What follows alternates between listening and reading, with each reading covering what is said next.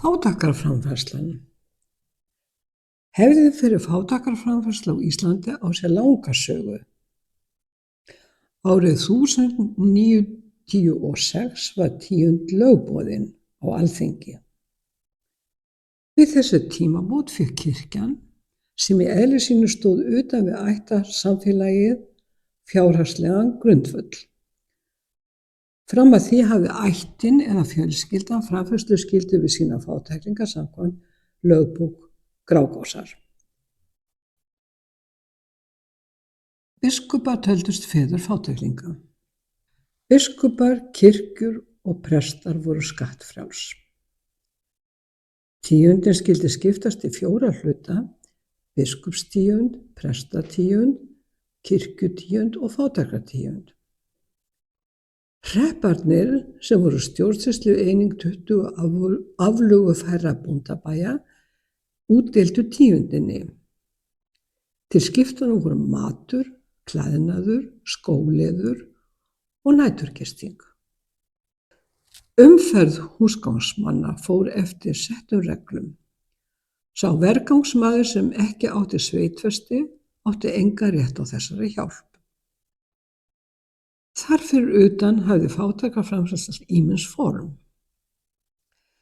Til dæmis voru til kristfjárjarðir sem góðhjartað fólk hafði gefið til fátækraframfærslu. Leiguliðar ráku búskapinn á þessum jörðum og önnuðust í staðinn fátækt eða fatlað fólk.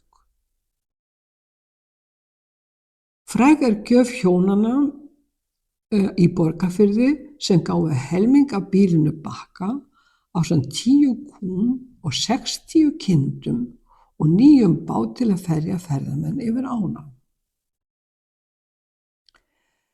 Einnig var siður á vissum bæjum að gefa mjólkina úr vissri kú eða kúm eða ám til fátækra. Á vissum hátíðisdögum fengu fátæklingar 15 á allri veiði og munaði þar mest hval. Í erfðaskrám stórbænda og ættarhöfðingja stóð oft að á höfuðbólum í þeirra eigu skyldu fátækir ættmenn eiga sér athvarf í ellinni.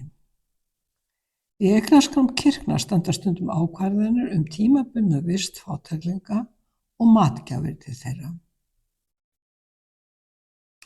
Á biskupsstólunum var gestamaður sem hugsaði gesti, pílagríma og fátæklinga.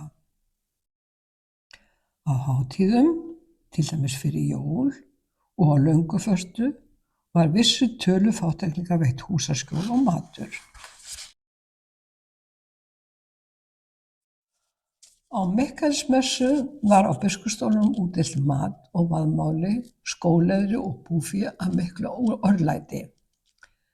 Slíkt var einnig gert á messudögum hinna vinsælu íslensku biskupa, Guðmundar góða og Jóns Ögmundssonar Hólabiskups.